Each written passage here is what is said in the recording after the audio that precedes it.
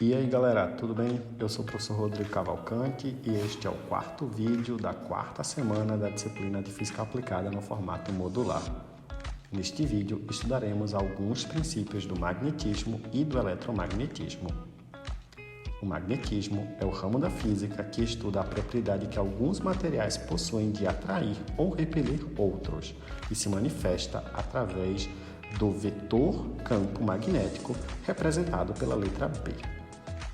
Sua origem pode ser natural, quando os efeitos magnéticos são produzidos na estrutura molecular do material sem a necessidade de um agente externo. Isso acontece em algumas rochas, como a magnetita, que inclusive inspira o nome magnetismo, ou elétrica, quando o magnetismo surge devido à presença de uma corrente elétrica. A relação entre magnetismo e eletricidade se manifesta de diversas formas.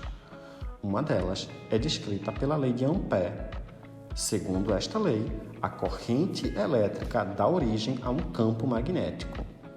As linhas de campo geradas por um condutor cilíndrico circulam em torno do condutor. A intensidade do campo gerado aumenta com o aumento da corrente e diminui com o aumento da distância até o fio. Já o sentido de circulação é definido pela regra da mão direita. Outra manifestação da relação entre o magnetismo e a eletricidade é a força magnética, que surge toda vez que um condutor percorrido por corrente é colocado numa região com campo magnético. A direção da força que surge é ortogonal ao plano definido pelo campo magnético e pela corrente no ponto em questão, e o sentido é definido novamente pela regra da mão direita. Já a intensidade para um fio de comprimento L é dada pela seguinte expressão: F igual a B vezes I vezes L vezes o seno de alfa, onde alfa é o ângulo entre o campo e a corrente. Note que se o campo e a corrente forem paralelos, o termo seno de alfa se anula e não há força magnética. Uma última manifestação importante da relação magnetismo-eletricidade é o fenômeno da indução eletromagnética, que se baseia no surgimento de uma corrente em um circuito elétrico exposto a um campo magnético variável.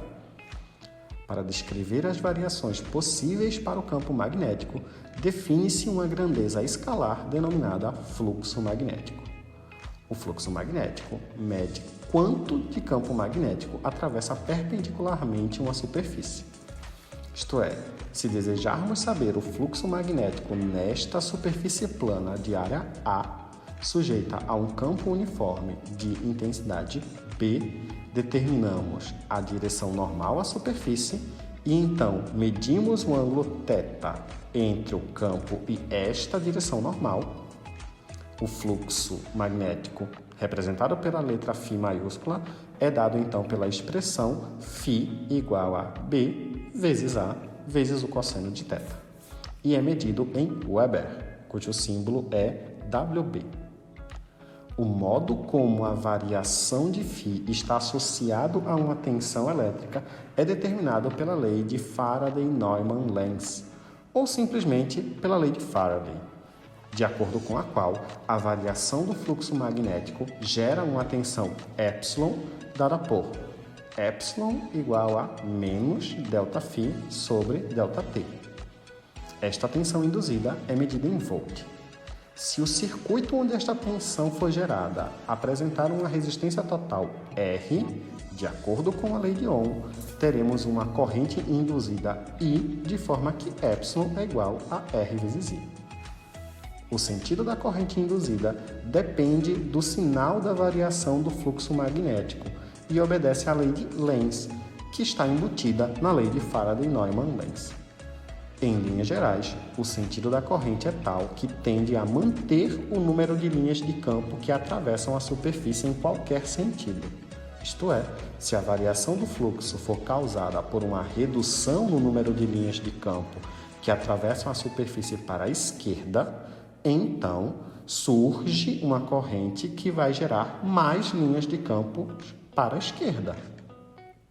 Encerramos aqui este vídeo. A seguir, estudaremos os motores elétricos. Até o próximo vídeo!